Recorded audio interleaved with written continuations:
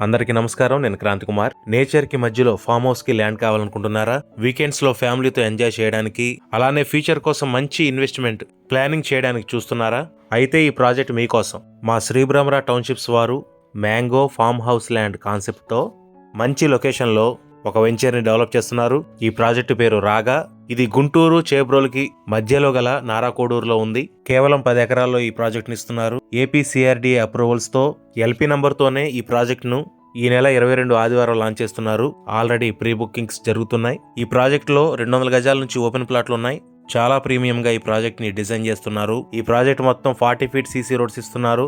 Project చుట్టూ 7 feet compound wall, open drainage, electricity.